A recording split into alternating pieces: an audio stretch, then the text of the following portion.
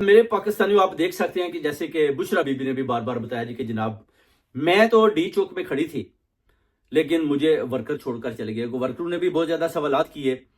Bushra be be نے بتایا جناب میں تو ادھر تھی. انہوں نے بولا ہم بھی 40 سے 50 ورکرز ادھر تھے. انہوں نے بولا جی کہ ہمیں ورکروں کے اوپر مجھے کسی قسم کا بھی ہوتا ہے نا تھوڑا سا بھی ہو جی کہ میرے ورکر بھاگ گیا. وہ کہتے ہیں میں بالکل اس بات کو ماننے کو تیار نہیں ہوں. میں نے صرف اور صرف بار بار آپ کو پیغام بھیجا, آپ کو بتایا کہ آپ نے مجھے اکیلے نہیں چھوڑنا.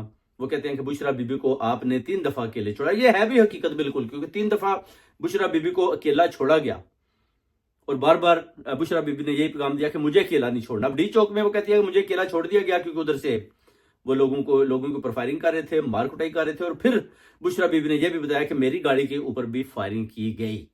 یہ ایک بہت بڑا سوال ہے میرے پاکستانیوں. خاتون اول عمران خان صاحب کی بیوی بشرا بی بی کی گاڑی کے اوپر فائرنگ کی گئی.